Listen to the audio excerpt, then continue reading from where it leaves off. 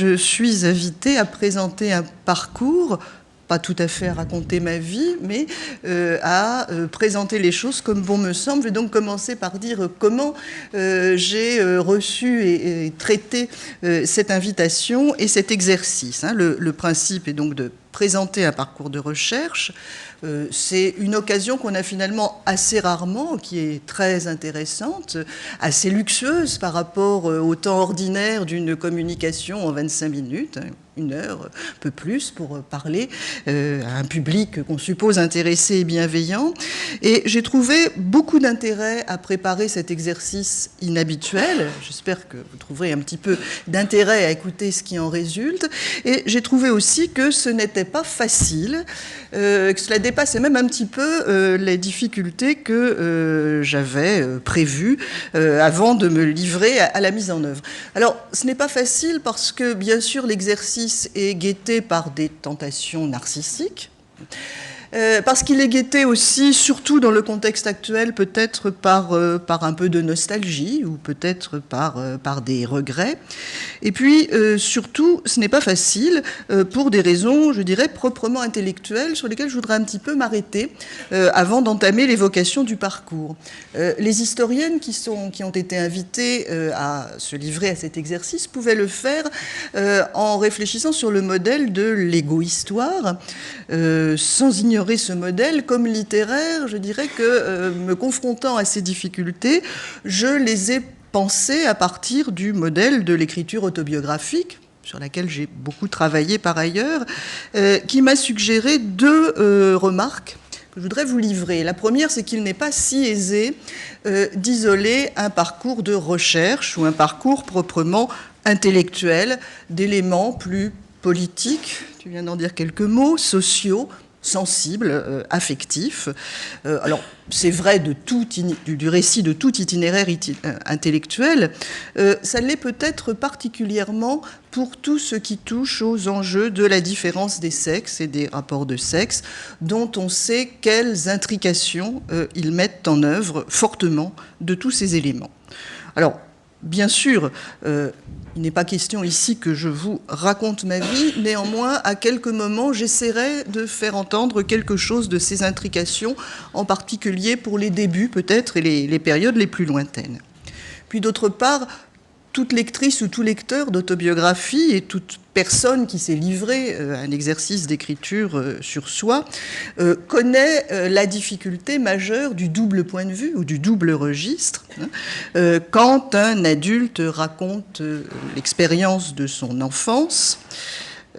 On entend deux voix en une et deux expériences en une, celle de l'enfant qui a vécu ce qui est raconté et celle de l'adulte qui raconte au présent et qui forcément surimpose ces catégories de perception, son expérience, son savoir, son moment présent à ce ressenti qu'il essaie de faire exister et de rendre tangible. Alors, l'écart est peut-être moins net s'agissant d'une expérience intellectuelle et d'une période moins éloignée que l'enfance. Il existe néanmoins. Et donc, constamment, pour évoquer des moments passés d'un itinéraire intellectuel et universitaire, je me trouvais confrontée à un choix entre les décrire dans les termes utilisés alors, au moment où telle étape était vécue, ou dans les termes qui s'imposent à notre vision des choses aujourd'hui. Et pour prendre un exemple très précis et immédiatement parlant, la notion de genre, aujourd'hui largement et communément utilisée pour désigner les problématiques qui nous rassemblent, n'a pas toujours existé, n'a pas toujours été employée pendant la durée de mes travaux, de mes études. Et à la différence du point de vue de Françoise Thébault, par exemple, qui expliquait dans sa dernière conférence de la journée Jeune Recherche qu'elle voyait le genre comme dans une continuité forte avec le temps de l'histoire des femmes et que d'une certaine façon, elle avait l'impression que les chercheuses en histoire des femmes, comme M. Jourdain faisait de la prose, avait toujours fait du genre sans le savoir, il me semble qu'il y a là une rupture épistémologique assez importante.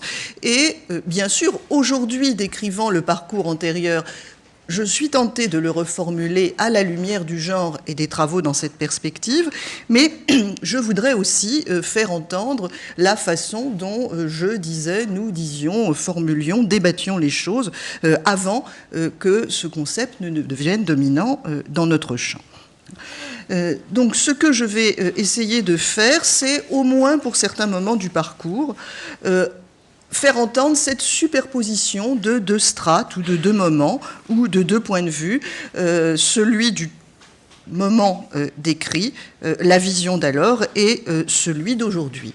Et donc, faisant une large place au présent pour ce retour sur le passé, je vais partir de là et commencer par une sorte de mise en situation ou d'autoportrait, si l'on veut, ce qui me permettra aussi de parler du présent et de ce qui aujourd'hui me tient à cœur pour le cas où mon propos serait trop long et où je serais obligée d'abréger la fin, ce qui est bien possible. Donc aujourd'hui, je suis professeur de littérature française du XIXe siècle à l'université de Lyon 2 et j'y enseigne à la fois la littérature du XIXe siècle et ce qu'on appelle dans mon université des études masculin-féminin, à la fois en littérature et dans un champ interdisciplinaire. J'appartiens par ailleurs à un laboratoire de recherche mixte, université, Lyon 2, ENS-LSH, non, on dit ENS depuis quelques semaines, ENS, Université de Saint-Étienne, Université de Grenoble 3, CNRS. Dans ce laboratoire, je suis responsable d'un axe masculin-féminin. J'y ai auparavant dirigé pendant une dizaine d'années l'équipe de recherche sur la littérature du XIXe siècle, puisque cette équipe, donc, qui s'appelle Littérature, idéologie, représentation, travaille sur les XVIIIe et XIXe siècles. On entend bien à cette première description une sorte de dualité entre la spécialiste académique de la littérature française et la spécialiste des études sur les femmes et le genre. On pourrait dire aussi, si on essaie de me situer dans une identité intellectuelle et académique, que je suis 19e-iste, étiquette fréquemment employée. Je voudrais faire là une petite parenthèse pour réfléchir sur ce qu'implique l'élection de telle ou telle période de travail. Ce choix conditionnant ensuite fortement nos objets de travail, nos structures d'organisation, nos carrières, nos sociabilités, puisque 19e, je travaille beaucoup avec d'autres spécialistes du 19e siècle. Or, au départ, il y a toujours, non pas un pur hasard, mais tout de même des éléments un petit peu contingents dans un tel choix, je vais y revenir. Et s'il me semble que je n'aurais pas pu faire beaucoup d'autres choses, en tout cas peut-être pas avec autant de conviction, que travailler sur la littérature, dans la littérature. S'il me semble assez difficile d'imaginer que j'aurais pu ne pas m'intéresser à la question de la place des femmes et des rapports entre mes femmes, masculins et féminins, dans la vie intellectuelle, sociale et culturelle, il me semble que j'aurais tout de même pu, et d'ailleurs je l'ai fait, j'espère bien le faire encore, travailler sur d'autres périodes que le seul 19e siècle. En revanche, travailler surtout sur cette période a certainement des effets sur mon point de vue, la matière de ma réflexion. Et si j'essaie d'en dégager quelques grands traits, je dirais d'abord que, en ce qui concerne la littérature, le XIXe siècle est un moment de formidable production littéraire, extrêmement diverse dans tous les genres, dans tous les points de vue et les poétiques. Et ce sont des œuvres encore assez familières aux lecteurs et lectrices d'aujourd'hui, même si elles commencent à s'éloigner, ce qui rend possible des continuités entre ce travail de recherche universitaire ou académique et une adresse à un public présent. Puis, d'autre part, le XIXe siècle, c'est un moment de redéfinition simultanée de ce que c'est que la littérature, ses limites, ses hiérarchies, ses fonctions, sa finalité, et des rapports entre hommes et femmes, des modèles, des idéaux du masculin et du féminin, des rôles sociaux d'hommes et de femmes dans la littérature et de leurs rapports. Ces deux redéfinitions simultanées au début du XIXe siècle ne peuvent pas se penser séparément. Et de ce point de vue, le choix de travail de cette période me semblait particulièrement, je ne dirais pas inévitable, mais pertinent et nécessaire pour les questions que je souhaitais explorer. Puis on pourrait dire aussi que le XIXe siècle, entre la crise des modèles religieux traditionnels, relayés par une société assise sur une monarchie de droit divin, et l'émergence de la psychanalyse, qui va devenir un grand modèle de référence pour penser la sexualité. Bien, dans cet entre-deux, il y a un moment où les savoirs, les modèles de référence, les explications, les explorations se trouvent beaucoup, non seulement, mais beaucoup dans la littérature, qui se trouve à un moment donné être un lieu de savoir privilégié, à la fois de l'amour, du désir, de la sexualité, des rapports de sexe, des définitions sociales du masculin et du féminin. Donc, ce lieu est aussi un lieu, bien sûr, non pas certes libre de toute contrainte, mais où les contraintes s'exercent de façon moins directe ou moins coercitive que dans le social ou le politique, un lieu de liberté et d'expérimentation. Je ferme ma parenthèse sur le XIXe siècle et j'en reviens à la dualité entre travailler sur les femmes et le genre. Je ne choisis pas pour le moment entre les deux désignations, et travailler en littérature, sur la littérature. Cette dualité se retrouve bien sûr à d'autres niveaux, et pas seulement à celui de mon enseignement à Lyon. Bien sûr à un niveau institutionnel, je vais vite, mais c'est tout de même assez pesant. Comme spécialiste de la littérature du XIXe siècle, j'ai longtemps été très investie dans la Société des études romantiques et XIXiémistes. Je m'occupe encore de toute la part de comptes rendus, de travaux sur les livres concernant le XIXe siècle pour la Revue d'histoire littéraire de la France. Puis, peu à peu, j'ai été amenée à peut-être me dégager un petit peu de ces investissements-là pour mettre plus de temps vers ce qui me requérait de plus en plus, l'organisation, la structuration des études sur les femmes et le genre à l'université. Alors, en Rhône-Alpes, où nous confrontons quotidiennement, je suis responsable d'un programme intitulé Genre et culture, dans le cadre d'un cluster, structure régionale qui ressemble, sous d'autres noms, à ce qui se fait en Île-de-France et qui permet à l'Institut Émilie du Châtelet d'exister. Donc dans ce cluster, je suis responsable d'un programme qui, depuis quelques années, a permis de soutenir ou de développer une vingtaine de projets, colloques, rencontres, publications sur le masculin et le féminin dans la culture entendue au sens large. Alors, j'évoque quelques-unes des manifestations les plus récentes, parce qu'un parcours individuel de recherche se fait aussi à travers des croisements et des collaborations. Donc, les derniers colloques qui se sont tenus, celui sur l'histoire des hommes et des masculinités, à l'École normale supérieure, organisé par Anne-Marie Saune et un laboratoire d'histoire, le LARA. Un colloque sur la tradition des romans de femmes et son passage du XVIIIe au XIXe siècle, organisé par Damien Zanon et Catherine Mariette à l'Université de Grenoble 3.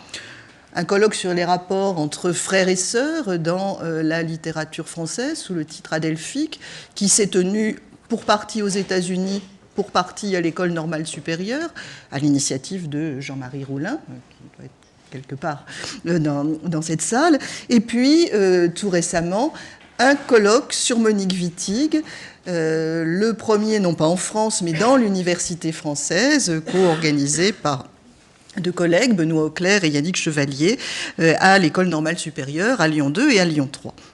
Donc, on voit à travers l'évocation de tous ces thèmes que la recherche sur les femmes et le genre et le masculin en littérature est actuellement en plein essor en France, dans différents lieux. Par ailleurs, j'appartiens au comité scientifique de l'Institut Émilie du Châtelet. Et puis, je suis membre du réseau interdisciplinaire national de recherche sur le genre, qui est en train de se constituer en fédération de recherche. Donc, beaucoup d'activités assez prenantes, nécessaires, qui montrent que nous sommes probablement dans un moment de mutation de ces recherches. Au niveau de la recherche à proprement parler, le plus intéressant pour nous aujourd'hui, je dirais que les deux champs du genre et de la littérature se rencontrent et coïncident souvent, mais non toujours. Il m'arrive, de mon propre gré ou pour répondre à des sollicitations, de travailler sur des auteurs, des questions, des objets littéraires qui n'impliquent pas a priori la question de la différence des sexes. Par exemple, puisque je suis spécialiste de poésie, sur Baudelaire, Verlaine, Rimbaud. Il est rare que dans ce travail, je ne retrouve pas cette problématique et qu'elle ne m'apparaisse pas toujours pertinente, éclairante et permettant parfois de renouveler les lectures et les approches de façon décisive. Et je pourrais le montrer sur les trois noms que je viens de citer, Baudelaire, Verlaine, Rimbaud.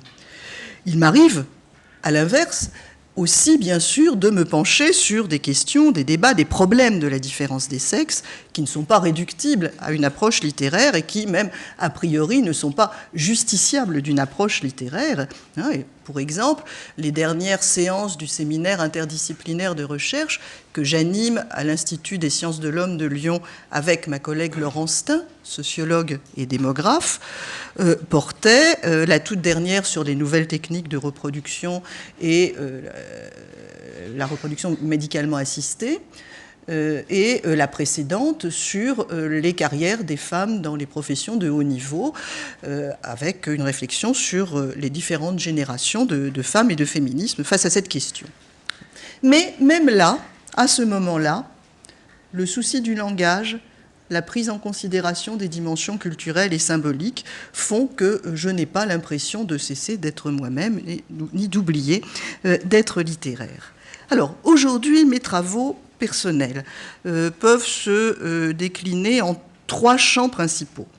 Le premier, c'est un programme qui est sur son achèvement, qui concerne la presse du XIXe siècle, entendue au sens large, et qui mène une réflexion sur les rapports masculins-féminins dans la presse, qui, en plein essor au XIXe siècle, est un lieu où non seulement se véhiculent, se diffusent des modèles et des identités du masculin et du féminin, mais un lieu qui contribue à les faire exister, à les définir, et un lieu aussi où ces rapports, ces modèles se contestent, se déplacent, se reformulent.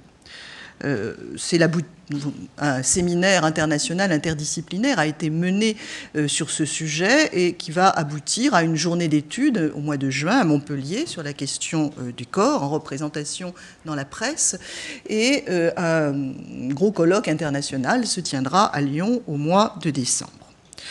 Le deuxième programme que je poursuis depuis longtemps, qui est peut-être celui qui me requiert le plus en ce moment, porte sur la poésie. Surtout, mais non exclusivement au XIXe siècle, avec plusieurs aspects. Une réflexion sur la place des femmes poètes, a priori peu nombreuses en France, dans la production et dans l'histoire littéraire, avec y compris une réflexion sur leur réception, sur leurs modes parfois marginaux d'accès à cette production. Un effort pour rendre accessible, pour publier, pour permettre de lire les productions de femmes poètes. Et puis, je dirais peut-être surtout, en ce moment, une réflexion sur ce que la différence des sexes, le masculin et le féminin, font à la poésie et aux poètes, la façon dont ils sont présents, s'inscrivent, s'éprouvent à tous les stades de la création poétique, depuis les conditions sociales de sa possibilité jusqu'au plus intime de l'écriture, en passant par la réception et l'enseignement. Alors, ceci a été facilité, je dirais, par une circonstance d'actualité. Le Printemps des poètes, cette institution qui existe depuis une dizaine d'années, a choisi pour 2010, je n'y suis absolument pour rien, le thème « Couleur femme », qui invite précisément à réfléchir sur ces questions et qui a donc suscité un certain nombre de travaux plus précis. D'une part, la réédition qui va sortir dans quelques semaines de anthologie de femmes poètes du XIXe siècle que nous avions publiée à Lyon il y a une dizaine d'années.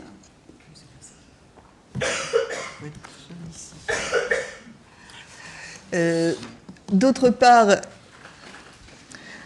dans une collection de poches, Point Seuil, la préparation d'une petite anthologie de poèmes de Marceline Desbordes-Valmore, une des femmes poètes dont je vais reparler, qui est une poétesse importante de la tradition littéraire française. Et puis, un premier pas dans un travail d'enquête que j'aimerais plus vaste et plus approfondi, sur le contemporain, cette fois-ci, mené avec Audrey Lasserre, qui est qui est dans la salle, mais comme je suis myope, je n'avais pas eu, qui est donc doctorante à Paris 3 en train d'achever une thèse importante sur les effets du féminisme, l'héritage du féminisme dans la production littéraire à la fin du XXe siècle. Et donc nous menons une réflexion sur la place des femmes poètes dans la production poétique contemporaine. Alors d'abord à partir d'un sondage assez modeste sur des revues, des prix, des circuits, et en essayant de l'analyser et de la problématiser. Alors les premiers résultats de ce travail en cours sont d'une part un petit peu déprimant, si on se livre à des quantifications, d'autre part intéressant en ce qu'il montre que la poésie ne peut pas tout à fait s'envisager seulement comme un cas particulier de la littérature, mais pose des questions qui ressemblent beaucoup à celles qu'on peut se poser par rapport aux femmes peintres ou à la place des femmes dans la peinture et dans la musique, c'est-à-dire des questions qui soulèvent de façon fondamentale appelle de façon fondamentale une confrontation au mythe de la création, avec un C majuscule, et au mythe du génie. Et donc, une des raisons pour lesquelles je m'intéresse à la poésie est aussi que depuis longtemps, je travaille donc sur Marceline Desbordes-Valmore, une des femmes poètes importantes reconnues un petit peu par la tradition littéraire française, qui en admet très peu. Et comme elle n'est peut-être pas très connue, j'en dis quelques mots pour la situer. Donc elle a vécu de 1786 à 1859. C'est donc une contemporaine de Lamartine pour ses débuts, de Baudelaire pour la fin de sa vie. Elle a publié, disons pour simplifier, 5 recueils poétiques importants, quelques récits. Elle laisse une importante correspondance. Et outre être femme poète, elle a une autre singularité, c'est qu'elle vient du théâtre. Elle a été actrice et chanteuse avant d'être poète, ce qui n'est pas si courant dans l'histoire de la poésie.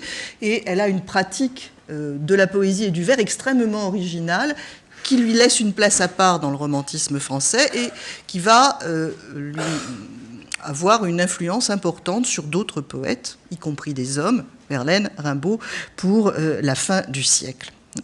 Alors, cette femme poète, je lui ai consacré, j'en dirai quelques mots ultérieurement, un travail universitaire d'habilitation. Actuellement, je suis en train d'écrire un essai de biographie intellectuelle sur son parcours et son œuvre, et également un essai sur la part politique de son œuvre, puisque contrairement à l'idée reçue qu'elle n'aurait écrit que des poèmes pour enfants et des poèmes d'amour éplorés, elle a aussi écrit des textes remarquables sur quelques grands moments politiques de son temps, en particulier la répression de la deuxième insurrection des Canuts à Lyon en 1834. Bon. À entendre ces programmes actuels sur lesquels je travaille, je crois qu'on mesure bien qu'il n'y a pas d'opposition s'il y a une dualité entre travaux sur la littérature et travaux sur le genre. D'un point de vue intellectuel, en tout cas, je ne vois là nul problème.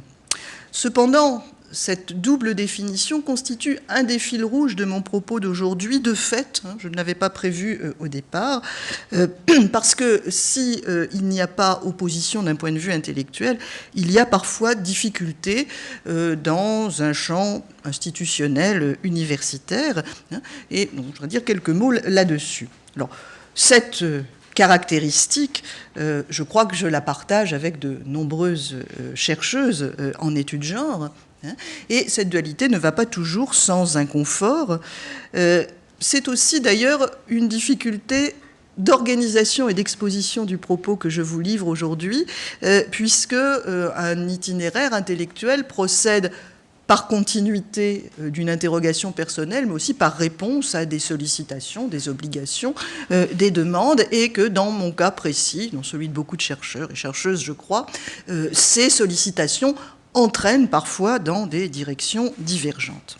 Alors, cette dualité, donc parfois difficile à vivre, j'y suis en même temps paradoxalement attachée. Il me paraît évident qu'on ne peut pas travailler sur les rapports entre hommes et femmes et selon une problématique de genre, en s'enfermant dans un étroit cloisonnement disciplinaire. Et de ce point de vue, je me réjouis de ne pas pouvoir le faire et d'être constamment sollicité à aller sur des terrains qui ne sont pas les miens, qui me font sortir du champ clos de ma discipline. Mais je tiens aussi à inscrire très fortement mon travail et mes interrogations dans la littérature et dans le champ des études littéraires. Et ceci m'apparaît d'autant plus nécessaire que l'université française, globalement longtemps réticente à admettre volontiers les études sur les femmes et sur le genre, l'a été particulièrement, me semble-t-il, en littérature. Alors, je le dis au passé, est-ce encore vrai aujourd'hui? Moins, certainement, mais je ne pense pas que le problème soit totalement aboli ni résolu. En retour, il faut dire que il me semble parfois que la place et de la littérature et des études littéraires dans le champ des études sur le genre est parfois bien marginale et un peu problématique. Pour quelles raisons ? On peut en voir plusieurs. D'abord, peut-être en réponse de la bergère au berger, et parce qu'il y a ce refus ou cette surdité du champ des études littéraires, et ceci se comprend bien. Ensuite, plus largement, parce que la littérature paraît en prise moins directe sur les grands enjeux politiques, sociaux, économiques ou éthiques qui nous interpellent. Si passionnantes que nous semblent les figures de Louise Labbé ou le destin romanesque d'Emma Bovary, ils passionnent, mais ils apparaissent à beaucoup des questions moins décisives que celles du droit à la contraception et à l'avortement, que tu évoquais tout à l'heure, la lutte contre les mariages forcés ou les excisions clitoridiennes, la transformation de la législation du travail ou les débats éthiques soulevés par les nouvelles techniques de reproduction. Et pourtant, pour qui se retourne dans un regard rétrospectif et envisage la place du féminisme en France, il est impossible d'ignorer la littérature qui a été un lieu et un moyen majeur de ces interrogations, de ces débats et combats et des transformations. En est-il de même au présent? C'est une vaste question qui concerne ici la place aujourd'hui de la littérature, accessoirement des études littéraires, et non seulement la question du genre. À ces considérations générales, j'ajouterai encore ceci qui m'amène à un autre fil rouge de mon parcours. Dans l'université française, et aussi dans le monde éditorial et dans une partie du monde intellectuel, le rapport entre femmes et littérature a longtemps été quasiment confondu avec la question dite de l'écriture féminine, dont je vais beaucoup reparler, question qui a dominé le milieu et la fin des années 1970, en provoquant débats et rejets passionnés. Aussi, depuis le champ des études féministes, la littérature et la recherche littéraire en France ont souvent paru suspects d'essentialisme. Ce mot n'implique pas de sympathie et n'est pas un compliment. Pendant un temps, il constituait même une injure.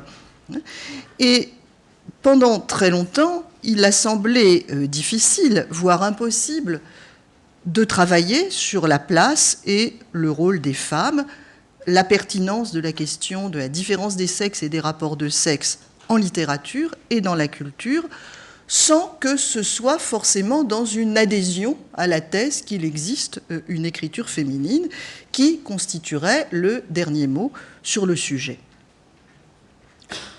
Telle était cependant ma position pendant longtemps assez singulière. Cette singularité n'en est plus une aujourd'hui. La question ou le problème est-il totalement révolu ou résolu? Je dirais à la fois oui et non. Oui, parce que cette question ne domine plus du tout le champ de la littérature ni des débats intellectuels sur le sujet. Oui, parce que désormais ces questions théoriques peuvent être abordées sans invective. Non, parce que le champ d'interrogation qui allait avec ces questions demeure néanmoins. En quoi peut-on dire que le sujet de la création littéraire, on pourrait dire ou artistique, mais la dimension du langage introduit une dimension particulière, surtout en français. Dans quelle mesure peut-on dire qu'il ou elle est sexué, avec quelles conséquences et quels effets? Alors, si aujourd'hui la question n'est plus centrale ou est déconsidérée, c'est bien sûr sous l'effet d'une évolution des problématiques, et en particulier sous l'effet de toute la génération des études en termes de genre, puis des études queer, qui invitent à sortir de la bicatégorisation masculin-féminin et du coup rendent marginale une problématique qui se focaliserait sur un féminin défini comme tel, isolément. Mais c'est aussi peut-être en raison d'un déclin plus général de la littérature. Et donc, dernier point de cette part introductive de mon propos serait non pas quelle part de la littérature, parce que là je sortirais largement de la logique de ce cycle de conférences, mais si changement de statut et déclin de la littérature il y a, qu'est-ce que cela fait pour les questions qui sont les nôtres et pour les études de genre? Je l'ai dit, la littérature apparaît à lieu. Bon, lieu n'est pas un bon mot, c'est une métaphore, un non-lieu si on veut, qui, sans échapper aux contraintes, constitue un espace de liberté relative, espace de jeu, d'expérimentation, de confrontation aux normes où elles peuvent être élaborées, intériorisées bien sûr parfois, mais aussi contestées ou suspendues. Un lieu où se constituent des sujets où ils peuvent trouver la possibilité d'un écart face aux normes, aux contraintes, à la doxa, ou construire ou rencontrer d'autres expériences qui font entendre d'autres possibles, y compris bien sûr, c'est le plus évident, à travers des modèles d'identification, ou trouver des héros ou des héroïnes qui aident à être autres, à aller vers soi, à accepter ce qu'on est ou à construire un rapport au monde. Du point de vue des rôles et des normes de sexe, mais non seulement, si la littérature n'existe plus ou ne joue plus ce rôle, si ce lieu disparaît, eh bien les choses changent et elles changent de façon préoccupante. Alors, m'étant longuement expliqué sur la façon dont je pensais prendre les choses et sur mon présent, j'en viens maintenant au parcours que j'ai évidemment structuré de façon chronologique en faisant le choix d'insister beaucoup sur le point de départ, à la fois pour répondre à la demande explicite de ces rencontres, de dire comment en êtes-vous venu à faire ce que vous faites, et puis aussi parce que si on leur donne une fonction de transmission, de dialogue possible entre des générations d'intellectuels et de chercheurs différentes, le plus lointain est peut-être le moins bien connu, encore que. Donc, je commence par ma formation scolaire et universitaire. Elle doit considérablement, je ne dirais pas qu'elle doit tout, mais elle doit vraiment beaucoup à l'école.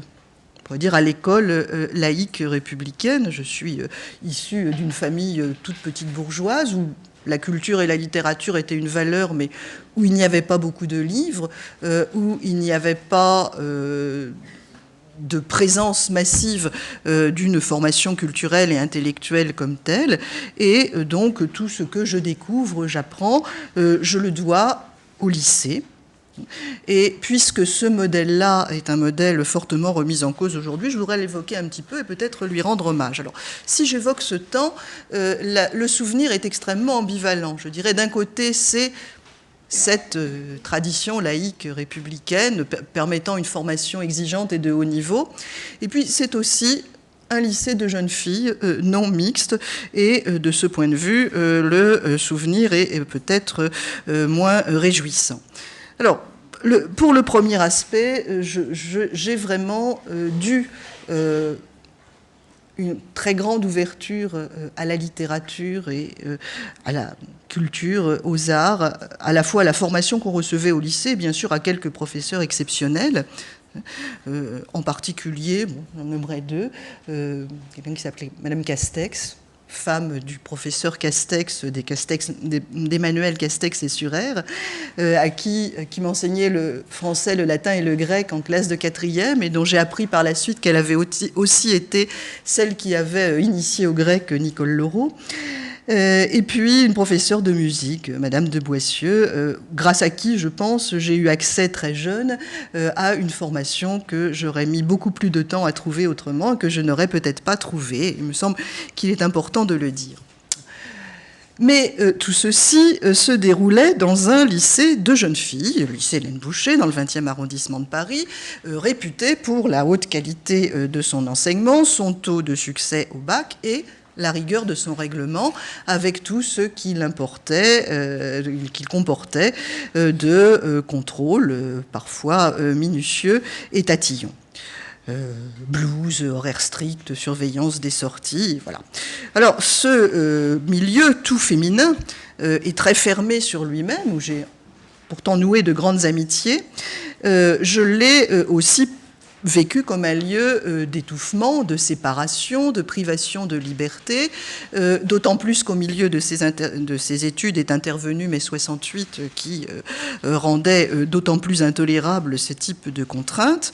Et donc, pendant très longtemps, j'en ai gardé un souvenir essentiellement négatif, et s'il fallait répondre à la question quelle est l'importance d'une telle formation dans votre devenir intellectuel et féministe, j'aurais dit dans un premier temps le rejet et l'aspiration à la liberté. Hélène Boucher, dont le portrait était en bonne place dans le hall que nous traversions tous les jours, n'était pas donné comme un modèle d'aviatrice aventurière ou un modèle de possibilité de maîtrise de la technique par les femmes, mais son portrait s'accompagnait de cet énoncé: Hélène Boucher, modèle de la jeune fille française, modestie, pureté, vaillance. Et ce programme nous laissait largement perplexes et ambivalente. Comment raconter une enfance qui ne met pas en jeu quelque chose de la différence des sexes, alors que cette enfance montre la douleur de la relation avec une mère et avec une belle-mère, et montre une expérience dans un milieu scolaire tout féminin.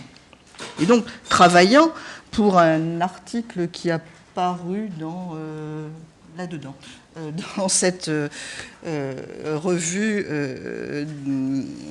Lieu littéraire, qui comporte un dossier sur les questions de la littérature et du genre. Donc, travaillant pour cet article, je me suis rendu compte que, paradoxalement, la non-mixité de l'école permet à Nathalie Sarraute, enfant et surtout autobiographe revoyant son enfance, de soutenir l'adhésion à l'universalisme. Enfant, dans une école où il n'y a que des filles, elle n'est pas immédiatement confrontée à la bicatégorisation du masculin et du féminin. Elle peut adhérer sans médiation à l'idéal, ou aux leurs, diront certains, d'une culture neutre ou universelle. Elle n'a pas à adopter une posture féminine ou une posture de petite fille, et elle peut donc être libérée, s'éprouver comme personne et être libérée de cette bicatégorisation très forte.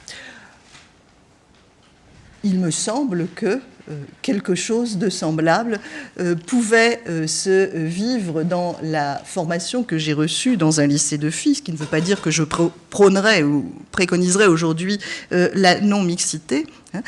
Cette expérience d'être une personne non catégorisée, recevant comme telle une culture universelle ou supposée neutre, et pouvant donc à partir de là se définir, se projeter, sans passer d'abord, d'emblée, par cette mise en forme et ce formatage, je dirais, dans un mot d'aujourd'hui, binaire ou duel. Mais, bien entendu, cette neutralité ou cette universalité avait des limites. Dans la formation scolaire, sous forme de piqûres de rappel, par exemple, lorsque les cours de travaux manuels étaient de fait des cours de couture, ce qui nous indignait puissamment. Et puis, surtout, lorsque la question des orientations et d'un avenir dans lequel il fallait se projeter apparaissait à l'ordre du jour. Néanmoins, je vois donc là un terreau important d'une position qui sera la mienne par la suite. Bien entendu, dans les dernières années, lorsque l'aspiration à la liberté est plus grande, lorsque les faits de mai 68 s'exercent pleinement, je souhaite sortir vite de ce milieu tout féminin avec ses contraintes. Et c'est en me tournant d'abord vers un horizon politique, celui que tu évoquais, Eliane, avant celui du féminisme, que je cherche cette réponse à un besoin de liberté et d'ouverture. Alors, je me tourne très vite vers des études littéraires. Il ne m'apparaît pas, il ne me vient pas à l'idée à l'époque que ce choix peut avoir quelque chose de féminin ou d'adhésion à un modèle féminin. Il me semble plutôt que c'est le rejet d'un modèle de sélection par les maths. Je suis d'abord passée par une filière scientifique et puis je m'en suis détournée rapidement. Et très vite, j'aspire à secouer le modèle et le carcan de la position de bon élève à laquelle j'ai d'abord très volontiers adhéré. Et donc, dans ce rejet, je souhaite ne pas passer par les classes préparatoires qui m'apparaissent comme une contrainte du lycée avec l'expérience d'enfermement qu'il m'a semblé y vivre. Et j'aspire à découvrir le vaste monde. Alors finalement, cette découverte du vaste monde n'est moins aventureuse qu'on ne pourrait le croire. Il s'agit simplement, au lieu de faire une classe préparatoire, d'aller faire une licence de lettres modernes à l'université de Paris 3, au désespoir de mes professeurs et de mes parents. Mais si on se rappelle le climat de cette époque, comme il y avait d'autres façons d'aller découvrir le vaste monde, qui pouvaient consister à aller élever des chèvres au Larzac, à s'embaucher en usine ou à partir faire la route vers l'Afghanistan, cette aventure-là apparaît un moindre mal, et toujours est-il que c'est celle dans laquelle je m'engage. Alors, deuxième temps de formation, l'université. Ce monde que je découvre est un monde très marqué à ce moment-là par des débats politiques, dans un monde qui se bouleverse et qui change. Du côté des motifs d'espoir, c'est la fin de la guerre du Vietnam. Du côté des motifs d'inquiétude, c'est la chute du gouvernement Allende au Chili. Et dans un moment de très profonde transformation de la société française, où la question des femmes est largement posée, non de façon isolée, à côté d'autres débats sur la place de la jeunesse, sur le rôle des prisons, sur l'écologie, sur l'organisation du travail. Donc, arrivé à l'université, je suis plongée et happée dans ce tourbillon de débats, et d'abord peut-être plus requise par ces questions politiques que par mes études littéraires.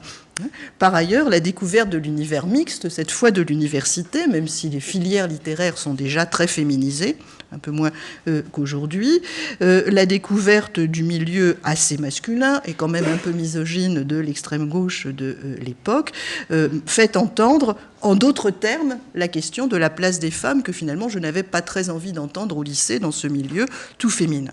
Et puis bientôt l'actualité va la mettre au premier plan, c'est le manifeste dit des 343 salopes, c'est le procès de Marie-Claire, mineure jugée pour avortement des suites d'un viol, qui va être vraiment le point de départ d'un mouvement de masse et de société important qui aboutira à la remise en cause de la loi de 1920.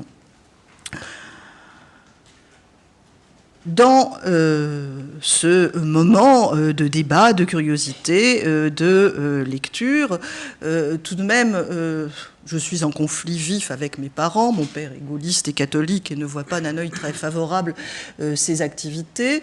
Je dois donc partir de chez moi et trouver une forme de réponse à l'avenir. Et je passe, ce qui est un peu absurde, n'ayant pas voulu faire de classe préparatoire, le concours qu'on appelait des IPES, concours qui permettait en s'engageant à devenir enseignant du secondaire, de financer ses études. Et forme de financement qu'on aimerait voir exister encore aujourd'hui. Donc cette indépendance gagnée vis-à-vis de la famille est évidemment une dépendance pour l'avenir, mais j'en ai peu conscience. Elle implique la carrière de l'enseignement. À ce moment-là, à vrai dire, je me pose peu la question avec recul et j'avance un peu au jour le jour, comme le faisait beaucoup cette génération, en oscillant entre passion intellectuelle, politique, littéraire ou féministe. Je reviens tout de même à remettre au premier plan l'intérêt pour la littérature et les études littéraires lorsque je prépare une maîtrise et le CAPES, le concours pour devenir professeur du secondaire, en choisissant pour objet de maîtrise un sujet qui va me permettre de relier mon intérêt pour la littérature et mes interrogations politiques. Je choisis donc de travailler sur un écrivain contemporain, lui-même non pas écrivain engagé, mais écrivain qui s'est fortement engagé dans des combats politiques, Michel Leiris, que par ailleurs, à l'époque, les militants de toutes sortes ne se privent pas de solliciter à toute occasion pour signer tel ou tel manifeste. Le 4e tome de son autobiographie, La règle du jeu, vient de sortir et je fais donc porter mon mémoire de maîtrise sur le rapport à l'histoire dans cette œuvre autobiographique. Alors, si l'œuvre est admirablement choisie pour relier interrogations poétiques, éthiques et politiques, elle l'est peut-être moins pour une réflexion sur le féminisme et la place des femmes. Et le choix d'un tel sujet, portant sur un écrivain qui a publié L'âge d'homme, me vaut pas mal de quolibets ou de remarques indignées dans les milieux féministes. Et donc ce temps est quand même décisif parce que ce mémoire, peu méthodique, on trouverait beaucoup à y redire aujourd'hui, me convainc que c'est vraiment ce que je souhaiterais faire de la recherche en littérature. Voilà. Mais ce n'est pas immédiatement ce que je fais, puisque, étant reçu au CAPES, je décide de passer l'agrégation, et j'ai la chance d'être reçu du premier coup. Et au programme de l'agrégation, il y a Chateaubriand, Les Mémoires d'Outre-Tombe, qui m'engage un peu plus dans un intérêt pour l'écriture autobiographique et pour les rapports de la littérature et de l'histoire. Je sais donc que c'est là, et sur cela, que je voudrais faire porter un premier travail, mais il n'est pas très aisé de l'engager immédiatement, puisqu'il va désormais falloir travailler, que l'engagement à devenir enseignante, d'abord contracté un petit peu à la légère, devient une réalité tout à fait tangible. Donc, difficile d'engager ce qui va être le travail de la thèse, alors aussi pour des raisons personnelles sur lesquelles je ne m'attarderai pas, la mort de mon père, nécessité de m'occuper longuement et de ma mère et de ma grand-mère. Des débuts dans l'enseignement assez rudes, je suis nommée dans un lycée technique, industrielle. Je n'ai exclu aucun type d'établissement, comme on dit, lorsqu'on fait ses vœux, afin de rester plus proche de Paris, et en particulier de ma mère, et qui me vaut donc d'être dans la banlieue de Beauvais, dans ce lycée où je vais connaître une formation accélérée à la construction du masculin, puisque les élèves que j'ai en charge sont des élèves de mécanique auto, de céramique du bâtiment, d'électromécanique et d'électrotechnique.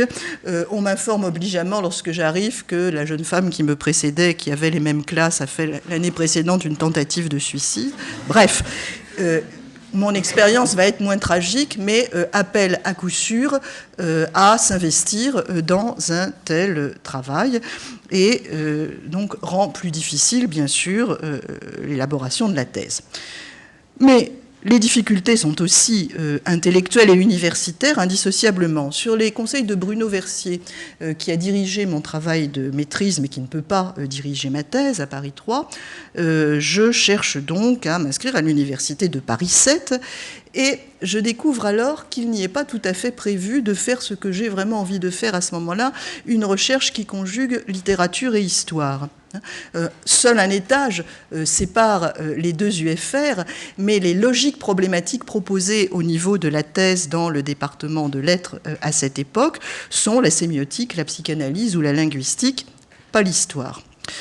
Je sens bien que ce n'est pas du côté de la démarche de Julia Kristeva, qui m'impressionne, on se bat à cette époque pour assister à ses cours, que je vais trouver le cadre théorique propice à mes recherches.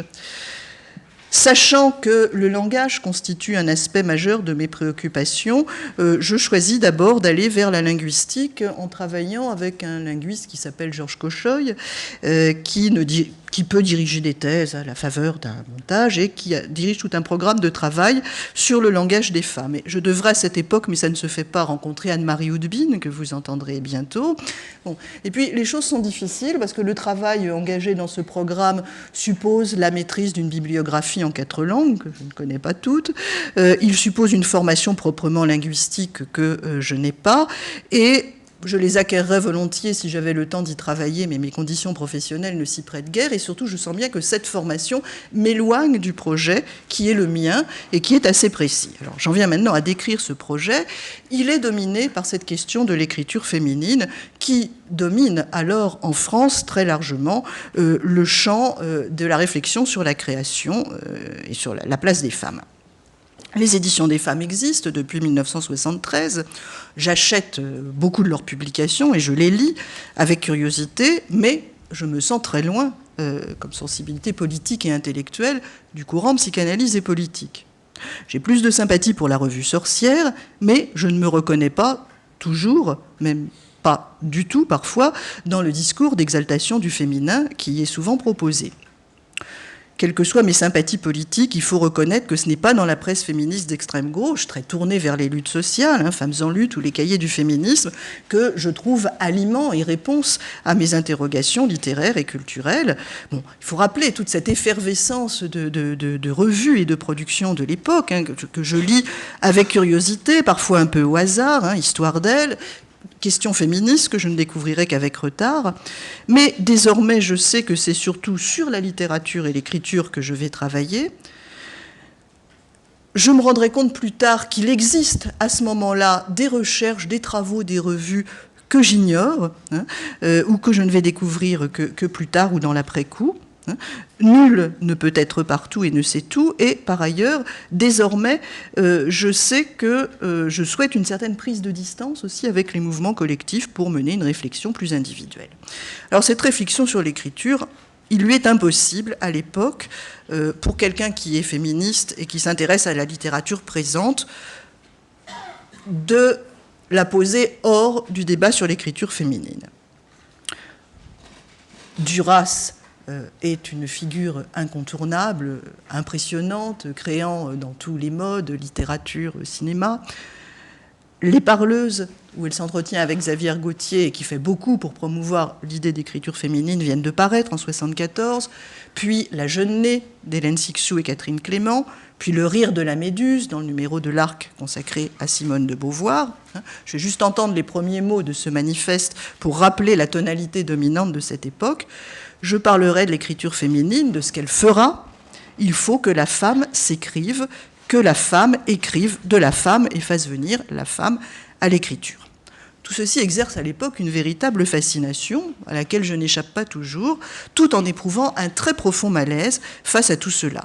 Car si d'un côté, je suis sensible au travail d'écriture véritable et à la recherche qui se joue là, en lien avec la psychanalyse et les grands courants de la pensée philosophique contemporaine, il me semble aussi que se reconduit dans cette histoire une véritable assignation des femmes au féminin, féminin par quoi elles sont définies, programmées et à quoi elles sont appelées, que ce féminin soit défini, enfin il n'est jamais défini en tant que tel, mais soit glosé comme, selon les options théoriques, un corps à corps avec la mère, un flux, un refus du phallogocentrisme, un privilège accordé au stade préoedipien ou au sémiotique opposé au symbolique. Quel que soit donc mon intérêt pour ces expériences d'écriture, qui sont à l'époque auréolées de toute la séduction de la transgression et de la modernité, que signifie bien l'emploi du mot écriture, qui renvoie à Barthes, qui renvoie à tel quel, Solers. Quel que soit mon intérêt pour ces pensées, je ne peux me satisfaire, le mot est même faible, j'éprouve comme une véritable mutilation et assignation à résidence ce renvoi au féminin obligé. Devant l'importance des enjeux théoriques, je regrette amèrement de n'avoir pas fait un peu plus de philosophie, un peu moins de politique, et je pense qu'il est presque impossible de m'opposer frontalement dans la position où je suis à cette sensibilité, et il me semble qu'il faut trouver des réponses au présent en prenant du recul critique et en faisant un détour par le passé. Alors, ce détour par le passé va m'amener au XIXe siècle, pour des raisons donc en partie contingentes, je veux dire, cette récente découverte de Chateaubriand à l'occasion de l'agrégation. Mais aussi, il est motivé par une hypothèse importante pour moi à l'époque et que je crois toujours juste. Si au présent, l'existence de cette thèse de l'écriture féminine est liée à l'essor très important des mouvements de femmes, il me semble que c'est indiscutable, il faut donc, dans le passé, aller voir ce qu'il en est dans des périodes où ces mouvements existent, et en particulier dans les périodes où ils ont commencé à apparaître et à se construire. Donc le premier XIXe siècle, une série de travaux et de rééditions attire à cette époque l'attention sur les mouvements qu'on appelle parfois socialistes utopiques, et en particulier sur le mouvement saint-simonien, la réédition des écrits de Claire Desmarres par Valentin Pelosse, des articles de la revue Révoltologique, articles de Lydia El-Haddad, de Geneviève Fraisse, de Jacques Rancière, bientôt le livre de Laure Adler sur les premières journalistes. Il me semble qu'il y a là l'embryon d'un premier féminisme collectif qui peut justifier de s'intéresser à ce moment. Et puisque je m'intéresse toujours à l'écriture autobiographique, sachant combien elle est propice à relier préoccupations littéraires et interrogations sur le rapport à l'histoire, je cherche un grand nom féminin à mettre en regard de Chateaubriand. L'autobiographie de George Sand, Histoire de ma vie, est accessible en Pléiade, grâce à Georges Lubin, depuis le début des années 70. Je la lis. Cette lecture me montre combien Sand est irréductible aux clichés que j'avais, comme tout le monde, des romans champêtres, de La maîtresse aux nombreux amants et de La fumeuse de cigares.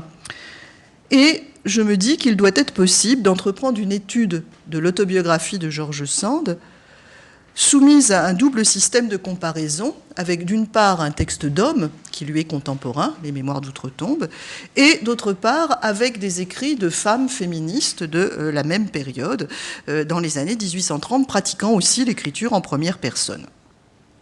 Bon, comme je n'ai pas pu, pour toutes les raisons que j'ai évoquées, finir ma première année d'inscription à Paris 7, je décide d'aller porter ailleurs mon sujet ainsi redéfini. Il n'y a pas beaucoup de femmes qui sont en position de diriger des thèses selon une telle optique dans l'université française du moment. Il me semble que celle dont j'ai entendu parler se situe plutôt dans une logique de l'écriture féminine. Après quelques hésitations et tâtonnements, sur les conseils d'un ami, je vais soumettre ce projet à Roger Fayolle, qui enseigne la littérature à l'université de Paris 3 et à l'école normale supérieure de la rue d'Ulm. Rien ne le désigne, peut-être Chateaubriand tout de même, de façon évidente pour accueillir un pareil sujet, sauf sa sensibilité et son ouverture politique, sauf son intérêt, je dirais, pour d'autres autres, pas les femmes, mais la francophonie. Il est un des spécialistes pionniers dans l'université française. Il est probablement un peu interloqué ou effrayé par le sujet que je lui propose, mais n'en laisse rien paraître. Il l'accueille et je poursuis donc désormais cette entreprise quand même un peu saugrenue de mener une recherche féministe dans un lieu universitaire masculin par excellence, la rue d'Ulm. Le séminaire de Roger Fayolle, auquel je dois assister, se tient là, et devant la salle où il se tient, on remarque dans un couloir un groupe un petit peu étrange, coloré, composé de chercheurs maghrébins, antillais, africains et d'une jeune femme. La confrontation de ces différentes altérités s'avère, la chose n'est pas courante à l'époque, elle est fortuite, tout à fait intéressante. Nous travaillons à l'époque sur le texte de Deleuze et Guattari pour une littérature mineure qui permet parfois des médiations pour penser différentes altérités. Nous faisons en somme de l'intersectionnalité avant la lettre. Bon. Ce projet étrange repose sur des hypothèses fortes, que aujourd'hui je reformulerai ainsi, je ne le dis pas en ces termes à l'époque, le féminin n'est pas un, et d'ailleurs il n'existe pas. On ne peut rien en dire qui ne passe par une prise en considération simultanée du masculin et des textes d'hommes. Et ce deuxième point qui paraît peut-être évident aujourd'hui est à l'époque vraiment très très peu partagé. Et puis le projet comporte aussi pas mal de naïveté, en particulier avec le choix de ces corpus immenses. Et sur Chateaubriand, il existe déjà énormément de choses. En revanche, peu à l'époque de travaux très sérieux sur George Sand. Et puis, je ne sais pas que le choix de ce texte, Histoire de ma vie, obéit à une intuition forte, mais tout de même compliquée, parce que travailler sur l'écriture féminine dans ce texte, où la femme autobiographe fait justement le choix de l'évitement presque systématique du féminin, c'est un choix étrange. Bon. Et puis, à côté de ces deux grands textes littéraires, appartenant à deux œuvres massives, un amas de statuts déconcertants, de textes militants, autobiographiques, de témoignages, de prises de position du champ de la mouvance saint-simonienne. À peine les premiers travaux engagés, les changements du système universitaire, la réforme annoncée du système des thèses, poussent mon directeur à me conseiller de choisir un sujet plus raisonnable et de le redéfinir de façon à pouvoir achever et soutenir dans un délai assez rapproché. J'ai commencé le défrichage parce que je connaissais le moins et le plus étrange, les écrits saint-simoniens. Je décide donc de faire porter la thèse sur cet objet. Intellectuellement, c'est tout à fait défendable, il y a beaucoup à faire. Académiquement, cela peut paraître suicidaire. Et je vais donc faire une thèse qui obéit à ce long titre, Les féministes saint-simoniennes, ou la quête d'une identité impossible à travers l'écriture à la première personne. Bon, cette thèse est écrite assez vite, compte tenu de mes conditions d'enseignement. Je recours au temps partiel pour pouvoir travailler. Et cet objet impossible, lui aussi, qui mêle littérature, histoire et théorie, où la plus célèbre des auteurs examinés est Flora Tristan, c'est dire, se soutient au tout début de 1983. Après une étude minutieuse d'un corpus donc assez à la fois hétéroclite et limité de textes, dont les premiers journaux féministes des années 1830, je conclus à l'existence non d'une écriture féminine, mais d'un rapport féminin à l'écriture et au langage historiquement situé. Je dirais aujourd'hui que je travaille à défaire la catégorie et à l'historiciser. Évidemment, cet objet n'est pas une évidente qualification pour entrer à l'université. D'ailleurs, je suis très consciente du problème et je n'y songe pas sérieusement dans un premier temps. Le plus étrange est que malgré tout, il trouve tout de suite une écoute et des interlocuteurs et interlocutrices, en particulier Michel Perrault, qui a accepté d'être comme historienne dans mon jury, qui a apprécié le travail, qui se voit par ailleurs couronné d'un prix Marcel Blum de l'Académie des sciences morales et politiques. À l'époque, cela me semble très étrange et je ne m'en vante pas. J'ai vu que depuis ce prix, cette bourse qui est devenue une bourse Marcel Blum, avait couronné pas mal de travaux féministes.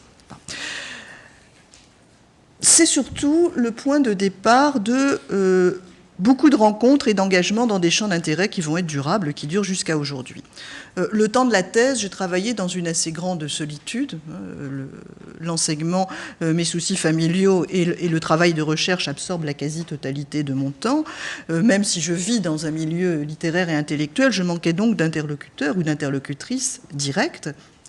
Je vais désormais en avoir, Michel Perrault, bien sûr, qui me met aussi en contact avec Stéphane Michaud, qui organise l'année suivante le premier colloque français sur Flora Tristan, et puis deux historiennes qui vont devenir deux grandes amies et complices de travail, Michel Rio-Sarcey et Hélénie Varicas, et puis je rencontre aussi un petit peu plus tard Geneviève Fraisse à ce colloque sur Flora Tristan. je vais également être rapidement invitée par une équipe universitaire qui travaille à Lyon sur la littérature et les idéologies, sous la direction de Jean-René Derré pour le premier 19e siècle et Roger Bellet pour la fin du siècle. Et puis, ça je ne le sais pas encore, mais ce travail trouve aussi des lectures et des lectrices et lecteurs aux États-Unis et va trouver un écho dans des problématisations américaines, en particulier chez Leslie Rabin. Ma position critique, très critique donc, de l'idée d'écriture féminine, si elle est bien comprise dans le féminisme français du côté des sciences sociales, de la sociologie et de tout ce qui vient de la pensée marxiste, continue à constituer une singularité difficile à porter dans le champ littéraire universitaire français. Je me place donc très durablement dans une situation décalée où je vais trouver mes principales interlocutrices et quelques interlocuteurs ailleurs, dans d'autres disciplines pour la France et dans d'autres pays, en particulier les États-Unis, pour la littérature. Cependant, soutien intellectuel de poids, je lis, très peu de temps après avoir soutenu ma thèse, la traduction par Monique Wittig de La Passion de Djuna Barnes, avec cette avant-note, qui dit, et je fais entendre cette parole en résonance et opposition à celle d'Hélène Cixous, qu'il n'y a pas d'écriture féminine doit être dit avant de commencer, et c'est commettre une erreur qu'utiliser et propager cette expression, qu'est ce féminin de écriture féminine, il est là pour de la femme, etc.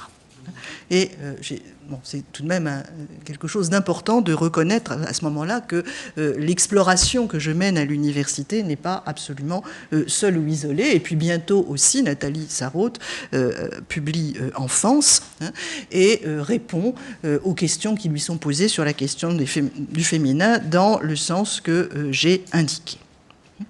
Pourquoi donc la position qui est la mienne reste-t-elle si peu audible dans le champ des études littéraires universitaires ? Parce que probablement l'universalisme radical qui caractérise la position de Nathalie Sarraute permet, de façon assez paradoxale, de disqualifier totalement la question de la différence des sexes, ou du genre, faudrait-il dire, mais on ne dit pas encore cela à cette époque, puisque, peut-on objecter, ce que fait Nathalie Sarraute, ce que font les femmes écrivains, grands écrivains, c'est de l'art, du grand art. C'est d'ailleurs ce que dit elle-même. Le meilleur service qu'on puisse donc lui rendre, comme écrivain, c'est de ne pas parler de cela. Et je ne suis d'ailleurs moi-même pas très éloignée de cette position, sauf que j'ai éprouvé au présent et dans mon travail sur le passé qu'il y a quand même quelque impossibilité à ne pas parler de cela, cette différence, qui compte beaucoup à toutes sortes d'étapes qui rendent possible la création littéraire et sa reconnaissance. Alors, en parler, faire une place à cela, me paraît concevable, me paraît devoir être fait, et devoir être fait en d'autres termes que de différence et d'écriture féminine. Alors, je sais bien, donc à ce stade, que je suis loin d'en avoir fini avec cette question à l'occasion de la thèse, et en particulier, je me sens assez frustrée de n'avoir pas exploré le champ de la littérature à proprement parler, puisque je me suis centrée sur ces textes impurs, intermédiaires ou à caractère militant. Et donc mon souci est maintenant de poursuivre avec la même question, mais en allant vers des œuvres littéraires et aussi vers des œuvres, cette fois-ci, qui ne se réclament pas du féminisme. C'est donc ce que je vais faire dans l'étape suivante, et maintenant je vais peut-être résumer un peu plus pour laisser du temps à la discussion. L'étape suivante qui va m'amener de cette thèse au livre, La petite sœur de Balzac, donc de la question de l'écriture féminine à celle de la femme auteure, ce qui est accepter une historicisation et peut-être une certaine désidéalisation de la littérature, qui prend en compte ces questions de production. Alors, les conditions dans lesquelles je travaille vont rapidement être meilleures. J'ai fini. Je me rapproche d'abord de Paris. J'ai la chance de passer d'un lycée technique industriel dans la banlieue de Beauvais à un collège en Seine-Saint-Denis, mais enfin, c'est au moins plus près. Voilà, et cela me permet d'autres échanges par différents biais. Bon, je vais passer le concours qui amène à préparer, à être détaché pour préparer le concours de l'ENA. Et je comprends très vite que cette voie n'est pas la mienne. Donc cette année est de fait une année que je peux utiliser pour la consacrer à des recherches. Et puis désormais, je travaille et en littérature et en recherche féministe avec différents réseaux de chercheurs.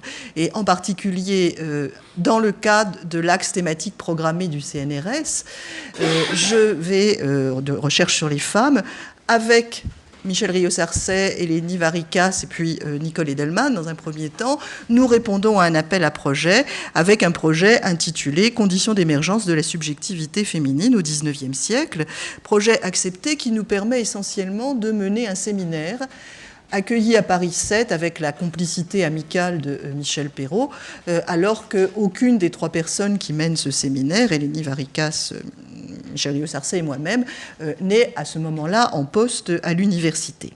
Ce séminaire interdisciplinaire interroge la position des femmes comme sujet de discours et d'histoire dans un temps assez creux du féminisme, dans le moment où commencent à se structurer les études féministes à l'université. C'est un lieu de débat et de rencontres extrêmement vivant qui va aboutir à des rencontres internationales importantes pour moi, en particulier celle de John Scott et de Naomi Shore, à des rencontres interdisciplinaires nombreuses avec des philosophes, des historiens, des germanistes, et à 2 publications. Le premier numéro des cahiers du CEDREF, Silence, émancipation, des femmes entre public et privé, et le premier numéro des cahiers du Griffe, intitulé Le genre de l'histoire, et qui met en œuvre les 2 sens du mot genre. Et puis, dans ce même temps, je réponds à une invitation de Geneviève Fraisse à aller parler à son séminaire au Collège international de philosophie, et elle me passe une commande, me dit « Est-ce que tu pourrais venir parler de la femme auteure ?» Et dans un premier temps, bon, bien sûr, on répond à une invitation de cette nature, mais invitation qui provoque chez moi une certaine suspicion, une certaine mauvaise humeur, parce qu'elle m'amène à substituer donc cette question à celle de l'écriture féminine, et tout en reconnaissant sa pertinence pour le XIXe siècle que nous avons en commun, il me semble qu'elle m'éloigne de la réflexion sur la création et sur l'écriture à proprement parler. Je me dis donc que je vais y répondre en essayant de m'en débarrasser assez vite et d'amener cette question vers les problématiques qui m'intéressent. Et commençant à travailler, je découvre avec une certaine stupeur combien il n'existe rien de sérieux, rien de synthétique, rien d'argumenté sur le sujet. C'est-à-dire que pensant que je vais pouvoir assez vite m'appuyer sur des travaux existants pour revenir aux questions qui me sont chères, je m'aperçois qu'il n'y a pas de travaux existants et qu'il faut donc commencer par les faire. Et donc, lorsque j'expose un premier état de ce travail dans son séminaire à l'automne 85, je sais bien que l'exposé, loin d'être une fin, est un point de départ. Il livre déjà beaucoup de pistes, la redécouverte d'un certain nombre de figures, comme celle de Constance de Salm, cette muse de la raison, à laquelle Geneviève va consacrer un livre et dont on va bientôt commencer l'édition des écrits. Et je m'engage dans un chantier au long cours qui va finir par faire un livre. Je parle du projet de ce livre à Michel Perrault, qui me met en contact avec Monique Cahen aux éditions du Seuil, où elle dirige la collection Libre à elle, qui ne parvient pas tout de suite à obtenir une commande pour ce livre, mais qui me dit son intérêt, son soutien, qui m'encourage à poursuivre. Et donc, j'avance dans ce chantier en cherchant, non seulement en explorant, en faisant le travail de recherche et de lecture, mais aussi en cherchant des modèles théoriques. Et à ce moment-là, grâce en particulier à Eleni Varikas, à mon dialogue avec elle, je me tourne vers d'autres travaux que les travaux français, pour avoir d'autres modèles que ceux de l'écriture féminine, et vers les travaux anglo-saxons, en particulier le livre de Gilbert et Goubard, The Man Woman in the Attic, la femme écrivain dans l'imagination de la littérature du XIXe siècle. Livre qui connaît un très grand succès dans le monde anglo-saxon, traité avec un peu de mépris pour les rares personnes qui le connaissent en France, dont la première lecture me laisse assez perplexe. Néanmoins, je vois bien qu'il y a d'autres façons de faire, et surtout, cette lecture m'amène à relire ou à lire aussi les anglaises et les américaines, que je connais évidemment moins bien que la littérature française, avec cette idée qu'il y a un rapport entre les concepts, les problématiques et les modèles théoriques, et les histoires et les traditions culturelles sur lesquelles ils s'appuient. Et je trouve donc là dans l'univers de la littérature anglo-saxonne, l'espace d'une respiration, d'un recul, d'autres façons de faire. Aussi, bien sûr, chez Virginia Woolf, dont Une chambre à soi reste un livre, à mon avis, indépassé sur le sujet qui m'intéresse. Livre porté par une générosité dans le regard sur les femmes écrivains que je ne trouve pas forcément dans la théorie française. Vous vous rappelez peut-être que dans Le rire de la méduse, Hélène Cixous n'a que sévérité pour ces espèces d'écrivantes qui reproduisent les schémas traditionnels de notre patrimoine culturel. Les dernières pages du Deuxième sexe de Simone de Beauvoir sont d'une sévérité assez effrayante pour la plupart des femmes écrivains. Chez Woolf, je trouve ce modèle d'une générosité à la fois empathique et critique qui permet de repenser l'histoire d'un passé littéraire, sans pour autant vouloir faire de toute œuvre écrite par une femme dans le passé une œuvre de génie. J'ai été invitée dans un colloque sur la place des femmes et du féminisme dans la littérature française. Je proposais quelque chose sur Marceline Desbordes-Valmore qui est absente d'une anthologie de la poésie féministe que vient de publier Donna Stanton, The Defiant Muse, anthologie de la poésie féministe du Moyen-Âge à nos jours. Et de cette anthologie, elle exclut à la fois Louise Labbé pour les poèmes et Desbordes-Valmore au motif que ça n'est pas proprement féministe. Cette exclusion m'indigne absolument et je vais donc exposer cette indignation dans ce colloque. Et je m'entends dire cette chose très troublante, ce que vous faites n'est pas du French feminism. Ce qui est tout à fait vrai. Mais ce qui est en même temps éminemment problématique et donc m'amène à penser, à construire et à argumenter ma position pour expliquer cette singularité. Et donc, poursuivant mon travail sur Desbordes-Valmore d'un côté, ce chantier sur la condition de la femme auteure et de la production littéraire de l'autre, j'avance des deux côtés à la fois. Alors pourquoi Desbordes-Valmore ? Parce que en cherchant des œuvres non féministes littéraires de la même période que mes écrits militants saint-simoniens, je suis arrivée assez normalement vers Desbordes-Valmore. Au début, avec une image extrêmement négative et entachée de préjugés.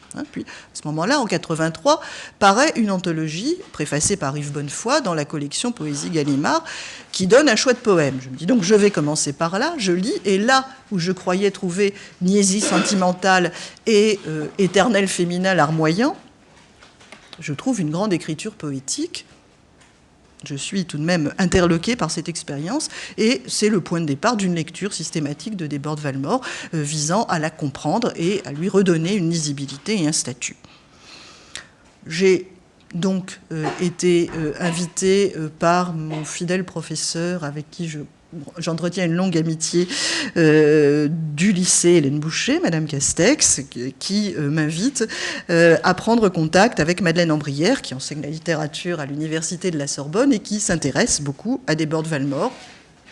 J'inscris un nouveau sujet de thèse sur le sujet parce que la thèse de troisième cycle est révolue, la nouvelle thèse a apparu et elle est nécessaire pour entrer à l'université. Mais je ne travaille pas beaucoup à cette thèse puisque l'ouvrage sur la femme auteure me requiert d'abord.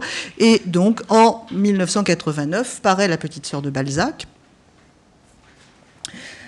qui reçoit, je dirais, immédiatement un accueil intéressé et favorable, d'autant plus peut-être qu'on est en 89, sur horizon de bicentenaire et sur horizon d'une interrogation sur la place des femmes dans l'espace public politique bien sûr, mais espace public littéraire aussi.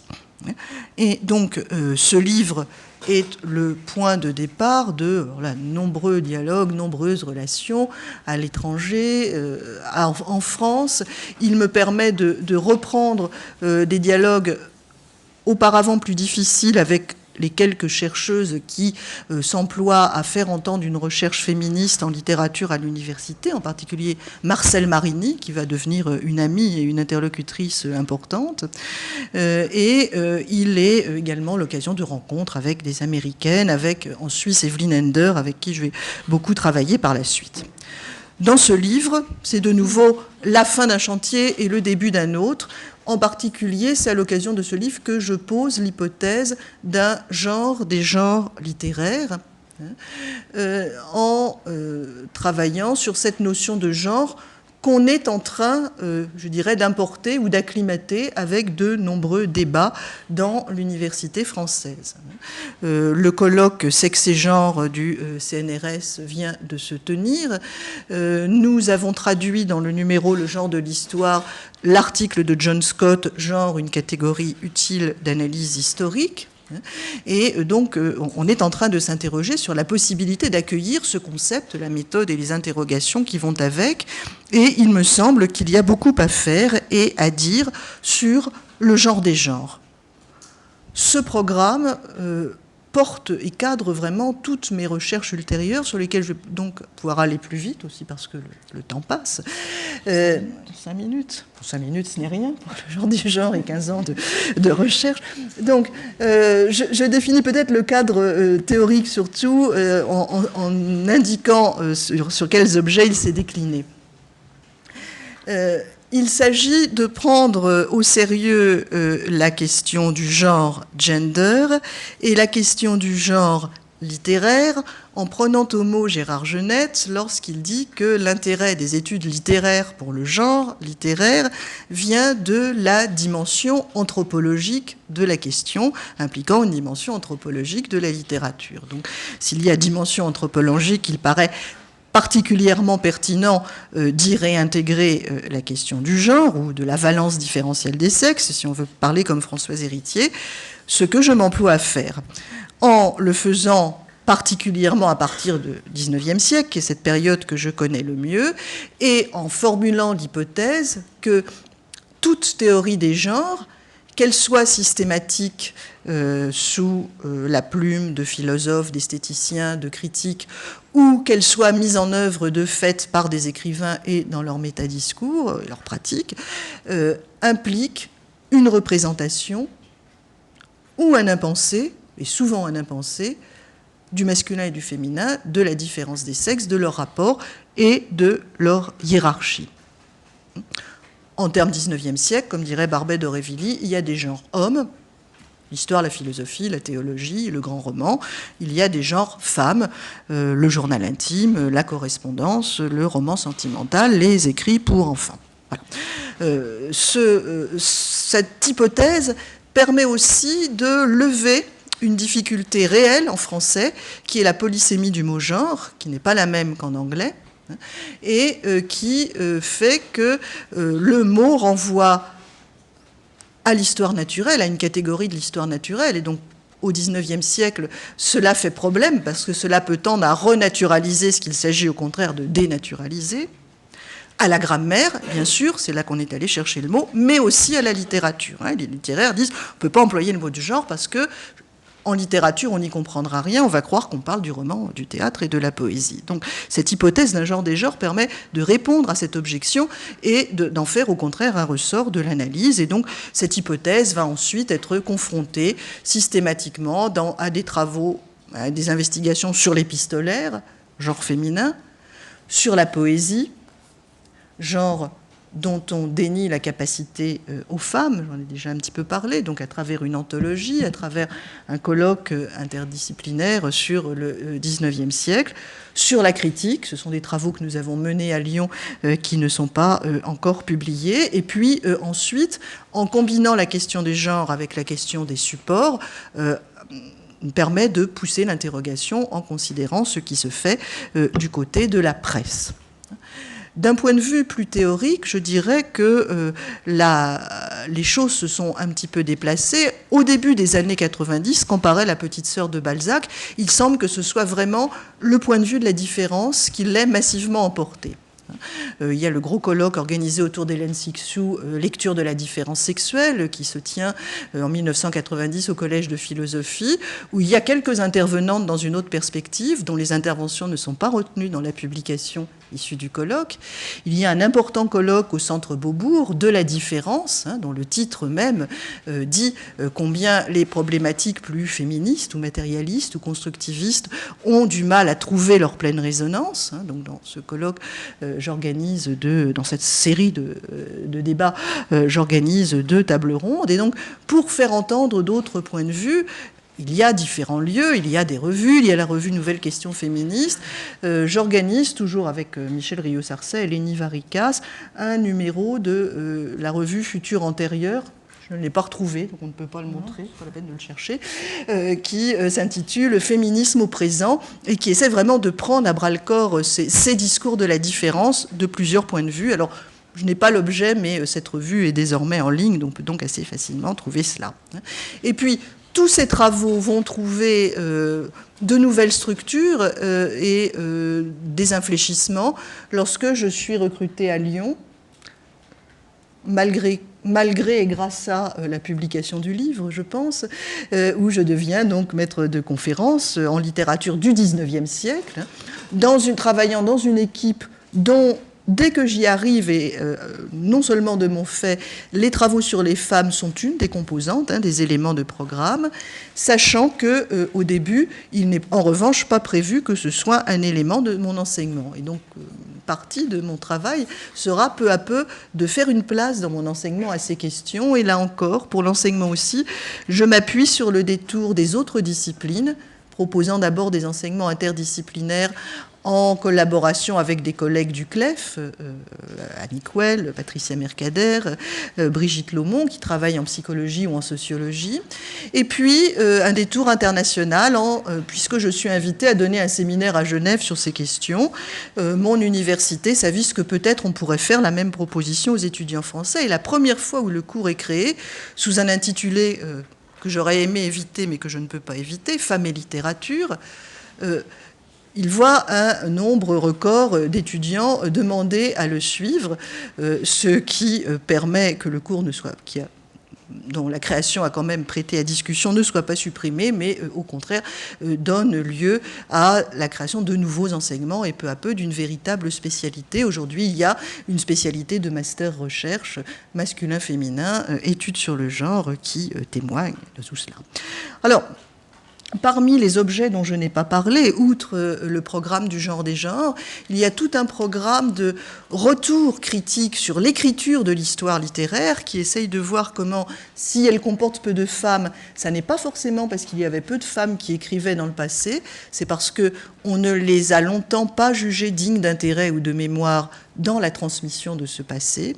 Et puis, il y a aussi des travaux sur des femmes écrivains, bien sûr, qui visent à les faire connaître, lire ou relire, en particulier sur 2 des 3 grandes que j'avais délibérément un peu exclues de mon livre « La petite sœur de Balzac », afin que soit restitué tout un paysage, et non seulement quelques figures singulières. Donc j'avais peu parlé de Madame de Staël, George Sand et Colette.